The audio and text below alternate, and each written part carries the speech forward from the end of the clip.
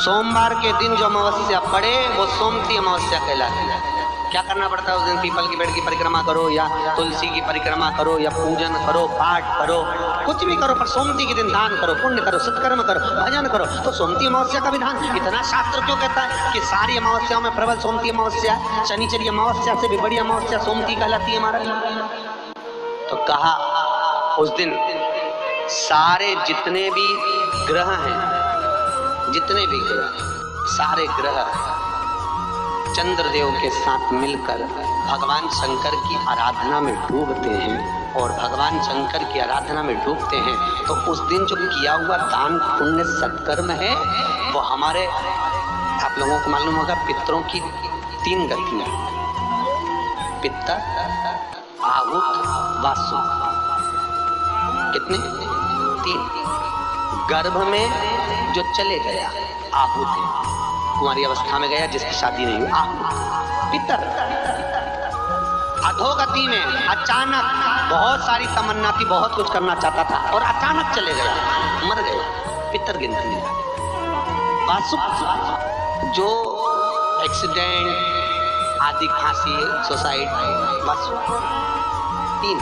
शास्त्र कहता है सोमती अमावस्या के दिन ये तीनों आहुत, पितर, वासुक, जहाँ पर घर की कुल की माता पीपल की परिक्रमा करती है या तुलसी की परिक्रमा करती है या पूजन करती है या दान करती है सोमती अमावस्या के दिन, तो ये तीनों को उसका भाग प्राप्त हो जाता है, तीनों तर जाते हैं। फिर उनको पिंड की जरूरत नहीं पड़ती महाराज, उनको तर्पण की जरूरत नहीं पड़ती। इसलिए सोमती अमावस्या का क्रम हमारे हिंदू धर्म में ज्यादा वर्णित किया कि गाय जब अपने बछड़े को दूध पिलाए और बछड़े के मुख पर जो फेन आए, उस फेन को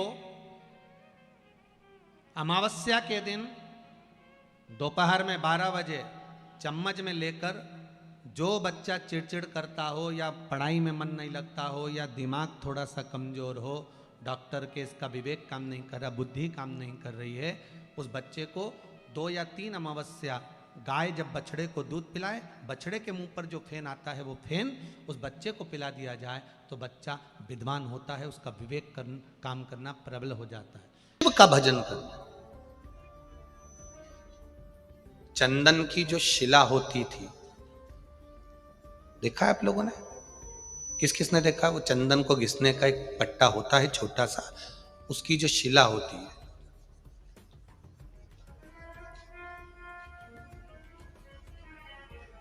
चंदन घिसने की जो शिला पट होता है, अगर वो शिला नहीं भी हो तो एक छोटा सा पत्थर, छोटा सा पत्थर। हमारे यहां बहुत सुंदर भाव कहा गया है, मान लो शिला नहीं भी है, छोटा सा चंदन का टुकड़ा यदि तुम्हारे घर में है और तुम रोज प्रतिदिन, मान लो घर में घिसा हुआ डब्बी का भी चंदन है, तो भी घर की बहू, बेटी, बेटा, परिवार का कोई सदस्य घर के अंदर चंदन के उस पत्थर पर चंदन को अगर 7 बार, 5 बार, 4 बार या उसको 2-4 बार रगड़ देता है, तो उसके घर में कभी कर्जे का क्रम नहीं होता, कर्जा नहीं बढ़ता, कर्जे से वो निवृत्त होता है।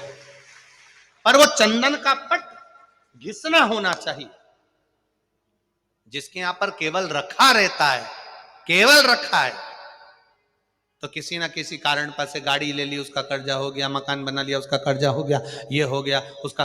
उस चंदन के पट पर पानी डलना जरूरी है, भले 2 बूंद डले और एक बार ही उसमें रगड़ा लगे, तो वो कर्जे को मुक्त करता, वो कर्जे को समाप्त करता। और उस पे लगा हुआ चंदन का थोड़ा सा भाग घर में अगर शिवालय हो, घर में शंकर जी का शिवलिंग हो, उस पे लगा दो, और अगर नहीं हो तो उसी चंदन को जब आप किसी कलश में जल लेकर जाओ, उसी कलश पर लगाकर चंदन को लेकर जाओ और शिव जी को समर्पित कर आओ।